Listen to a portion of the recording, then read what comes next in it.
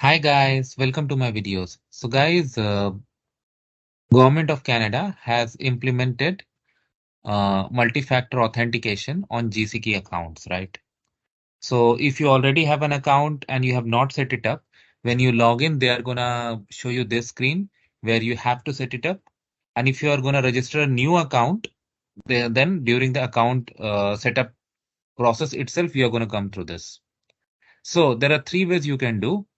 And a smartphone or tablet is recommended because even for other applications, like you can say Microsoft applications, this is being used.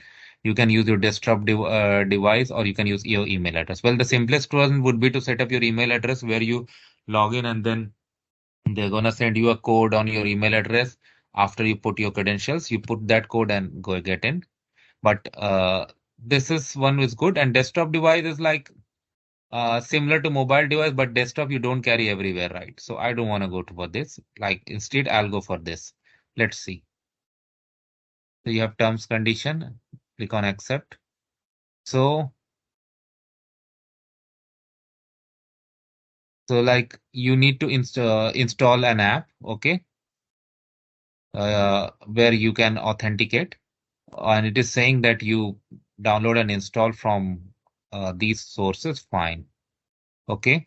So if you already have an authenticator app installed, you can click on plus sign and create a new account where select an option to scan a barcode or QR code. Okay. And so I'm going to show you this step instead of explaining it.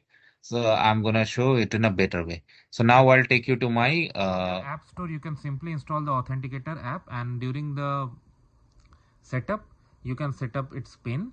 Unfortunately, I cannot show you certain screens because of privacy reasons, but now I'm going to enter the pin, or I can even authenticate using my fingerprint, and I'll show you the next. So now what has happened, like now I have gone there and I had the option of plus. There were accounts listed that I'm already using authentication app, so that's why I did not show the previous screen.